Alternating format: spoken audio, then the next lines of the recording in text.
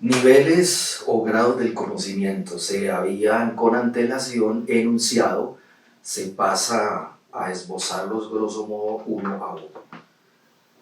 Uno, la ignorancia. Esto, propiamente dicho, no sería un estadio o una fase del conocimiento, un nivel o grado. Sin embargo, en la teoría del conocimiento se adopta como un estadio, una fase en el que el sujeto epistemológico absolutamente no conoce nada sobre algún aspecto relacionado con una situación de hecho o con relación a personas, objetos, cosas, fenómenos, etc. Entonces la ignorancia, digamos, sería, si fuese correcto manifestarlo, un nivel de absoluto desconocimiento. Dos, la sospecha perceptible. En epistemología, este nivel o grado de conocimiento es de orden individual o también relaciona o vincula objetos disímiles que cuando se observan le genera al sujeto de conocimiento una percepción, una concepción o una idea errada normalmente de el objeto visto individualmente o de objetos que se interrelacionan. Del objeto visto individualmente, porque hay una lectura que se dirige con la sospecha perceptible hacia prejuicios, hacia basamentos ideológicos que no tienen absolutamente nada que ver o que son ajenos a la entidad de lo objetual. Y con relación a las interrelaciones entre diferentes objetos, pues naturalmente la sospecha perceptible es aún más errada, es más equivocada, en tanto que se sacan conclusiones uniformes, estandarizadas, homogéneas, en relaciones de objetos que no tienen absolutamente nada que ver los unos con los otros. 3. La intuición. La intuición tiene actualmente un reconocimiento en dos disciplinas. Por un lado en la filosofía y por otro en la psicología. Casi con la misma conceptualización, hay allí una definición estándar de lo que significa la intuición. La intuición hoy en estas dos disciplinas se toma como algo racional, algo razonable. Una intuición hoy tiene un inicio, una credibilidad, sobre todo en aquellos momentos de inicio teórico de un conocimiento. Por ejemplo, al iniciar a explicar la fundamentación de la teoría de la relatividad de Einstein, es decir, ¿qué origina esa relatividad? Eso sería una intuición de carácter racional y razonable si llegase a explicarse correctamente ese origen de esa teoría de la física. En filosofía, una intuición puede exhibirse a la manera de cómo el ser humano inicia a conocer. Entonces han existido intuiciones teóricas en la filosofía que han implicado que la intuición recomienda que el sujeto cognoscente tiene un conocimiento innato de ciertas cosas. Ese conocimiento innato, ese innatismo epistemológico es una intuición, es un inicio de cómo el hombre, cómo el ser humano empieza los procesos cognitivos en sus contactos con el mundo, en sus compromisos con otras personas epistemológicas. También es una intuición la aristotélica, por ejemplo, en su teoría de la física y también en otro tipo de conocimiento en el cual Aristóteles, para dar un inicio a todo lo que existe, para dar como un origen tanto al hombre como al mundo, ingenió un término que es el motor inmóvil. Entonces en Aristóteles se concibe todo como movimiento, no estaticidad. Y ese movimiento, según Aristóteles, debe tener un origen. Pero entonces Aristóteles dice, no se puede concebir que el origen del movimiento sea una fuente que se mueva. ¿Por qué? Porque se preguntaría, quien hace este ejercicio para llegar a la primera intuición, ¿qué movería el origen que se mueve? Entonces sería algo que se mueve y se seguiría interrogando, ¿qué movería eso que mueve lo que se mueve? Entonces llegaríamos a un regresus ad infinitum que hay que zanjar, que hay que cerrar, que hay que interrumpir. Por eso también se denomina en la epistemología contemporánea la interrupción del procedimiento, se denomina este regresus ad infinitum. Por eso Aristóteles dijo que lo que produce el movimiento necesariamente tenía que tener una esencia o una entidad inmóvil. Bajo ese presupuesto, eso significa una intuición. Una intuición también racional y razonable puede catalogarse en la filosofía crítica de Immanuel Kant. Kant parte que el conocimiento del hombre tiene que aunar dos elementos, dos momentos en el proceso de conocimiento, que son la sensibilidad y las categorías de la razón, o mejor, del entendimiento. Entonces tenemos una intuición kantiana de que el conocimiento parte de estas dos configuraciones del sujeto epistemológico, dos configuraciones que van a permitir el conocimiento del mundo y por tanto justifica el conocimiento científico. Entonces, la intuición implica eso. La intuición no puede ser tomada como usualmente se concibe, se contempla. La intuición, por ejemplo, y voy a ser muy coloquial en lo que a continuación voy a decir, la de los padres, sobre todo la de las madres. La intuición que tiene una madre en este momento de con quién está su hijo, qué puede estar haciendo su hijo o pudo haberle pasado algo, sobre todo negativo, ¿no? Es lo que la experiencia casi siempre enseña con relación a eso. No son ese tipo de intuiciones. O el hombre que intuye, como se dice cotidianamente, que su pareja no está obrando correctamente. Esos son especulaciones. Las intuiciones son racionales y razonables, como se dijeron, y por esa razón este tipo de razonamientos, denominémoslo de esa manera, no serían admisibles desde el punto de vista del conocimiento técnico-científico para construir premisas sobre las cuales se puedan afirmar y hacer negaciones en el caso del derecho penal de carácter probatorio. 4. La conjetura.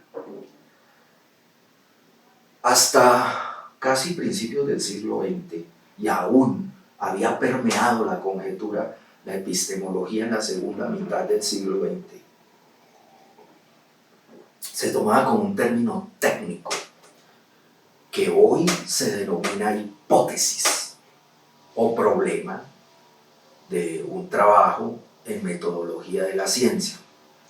La conjetura cambia ese paradigma en su definición y hoy corresponde a uno de los factores que contemplan la especulación.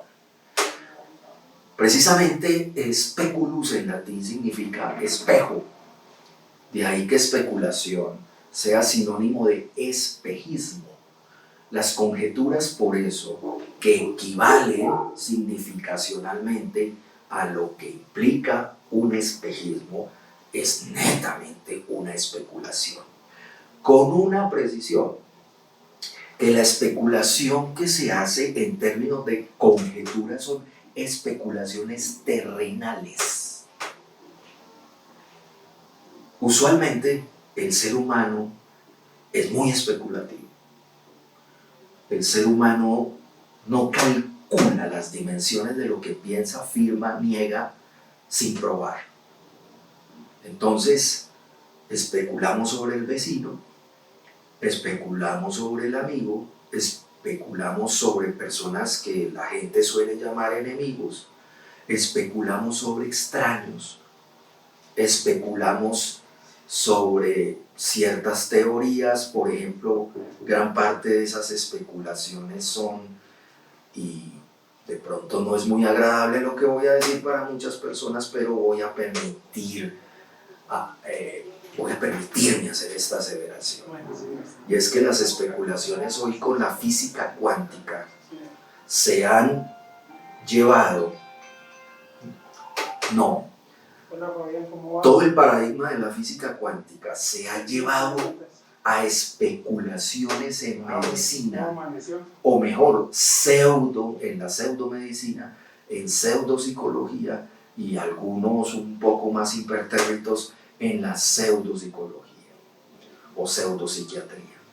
Y quieren ensamblar, hacer un anclaje entre toda la teorización de la física cuántica para explicar el comportamiento humano. Y ese tipo de saltos diferenciales son ciertamente una falacia, ya sea por paralogismo o por sofisma. Sin embargo, esos saltos, tanto cualitativos como cuantitativos, originan este tipo de conjeturas aparentemente técnico-científicas y pasan por ciertos o pasan por consideraciones de certeza a algo que realmente no lo tiene.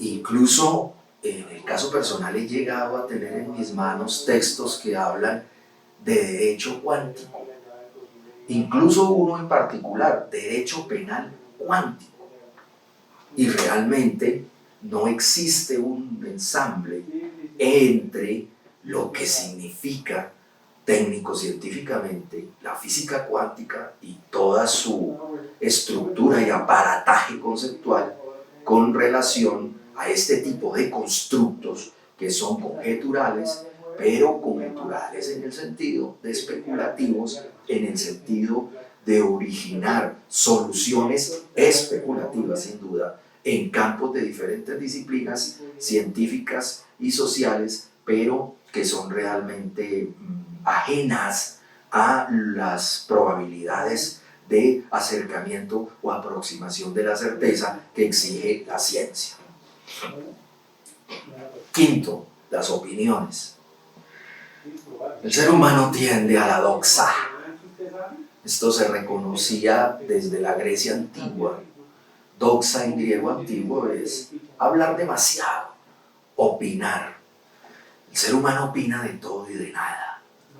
Entonces, usualmente el ser humano tiene un sesgo y es transmitir ideas, así no tengan un soporte probatorio en el propio argumento como argumento analítico o como argumento sintético o a posteriori o como argumento sintético a posteriori o con un apriorismo sintético, más bien hablando kantianamente.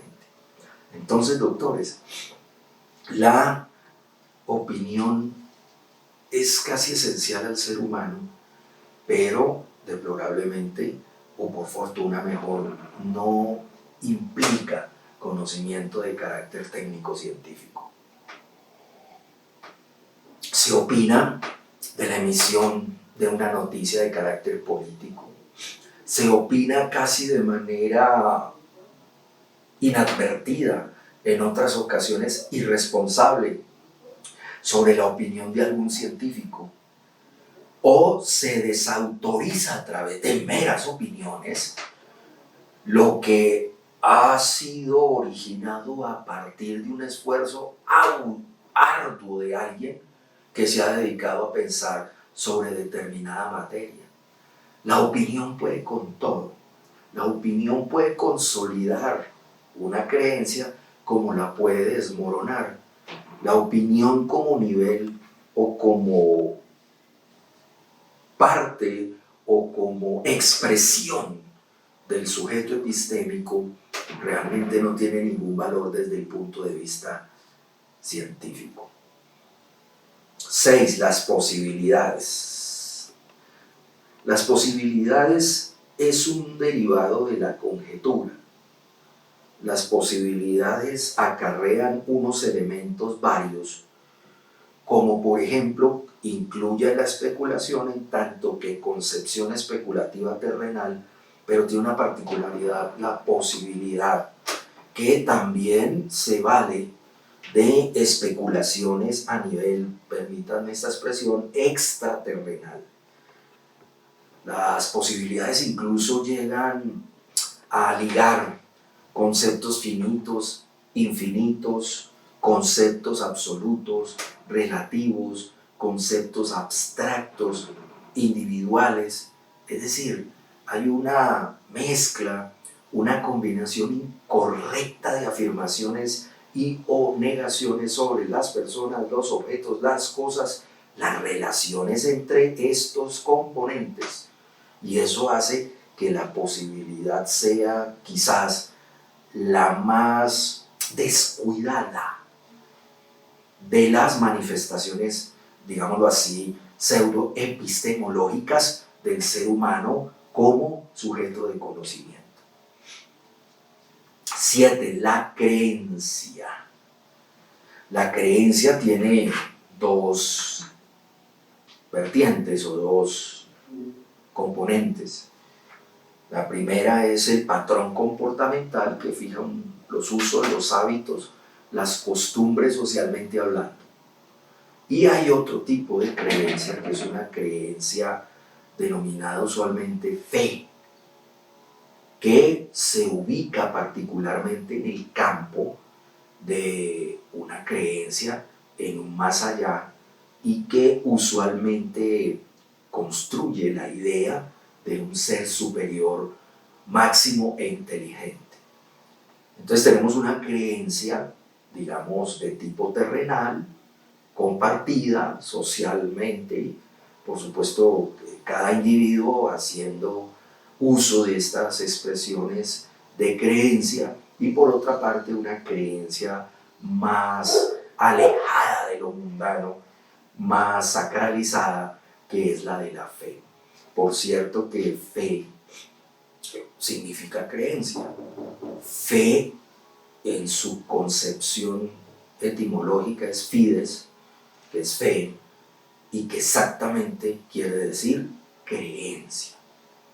Entonces, naturalmente, las creencias sociales a nivel de usos, hábitos o costumbres, pues no tienen ningún respaldo en la mayoría de ocasiones en un basamento de tipo probatorio, tanto al interior de las propias premisas como de premisas que se encuentran fundamentadas a través de lo que se conoce usualmente como pruebas. Entonces la creencia, aunque tenga una consolidación, tenga una fortaleza a nivel perceptual, a nivel de la razón humana, que puede llegar a confundirse como conocimiento del sujeto epistemológico, por supuesto que acarrea una conclusión negativa en el entendido que no es esto un conocimiento, al menos sí social, pero no es un conocimiento que le interese a las disciplinas técnico-científicas, particularmente a la disciplina de la ciencia del derecho. 8. La verosimilitud. La verosimilitud tiene una definición interesante.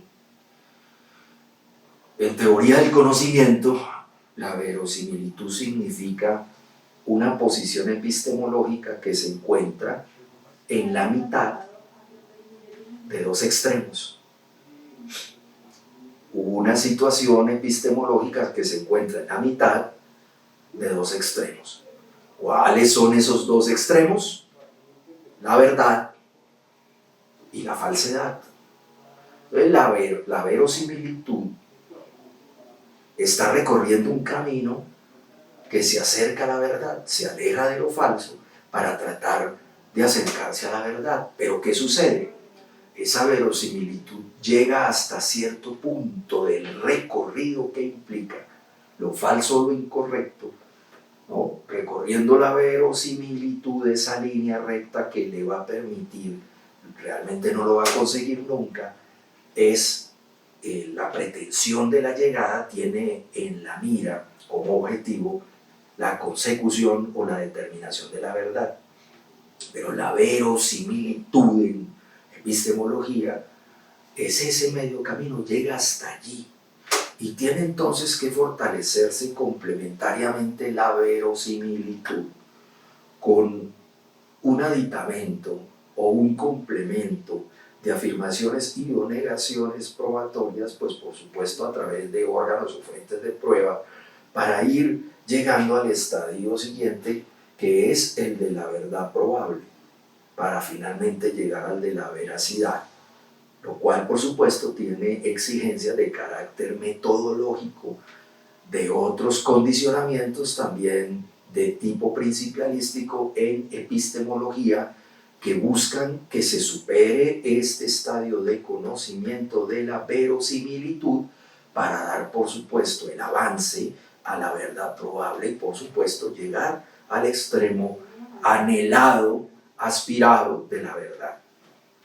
La verosimilitud, que es esa mitad del recorrido del camino entre lo incorrecto, falso y lo verdadero, es parcialmente aceptable en la teoría del conocimiento porque tiene un mínimo probatorio, ya sea al interior de las propias premisas con una solidez probatoria argumental, y en el caso del derecho procesal penal, a través de premisas afirmadas y o negadas que encuentran un mínimo de inferencia razonable que se estructura por la vía de elementos materiales probatorios. Es por esta razón que en la estructura del debido proceso penal del derecho contemporáneo aparece la verosimilitud como un juicio de valor epistemológico que le permite al Estado penal atribuirle un comportamiento a una persona con la finalidad de adelantar la persecución penal posterior en términos de su juzgamiento.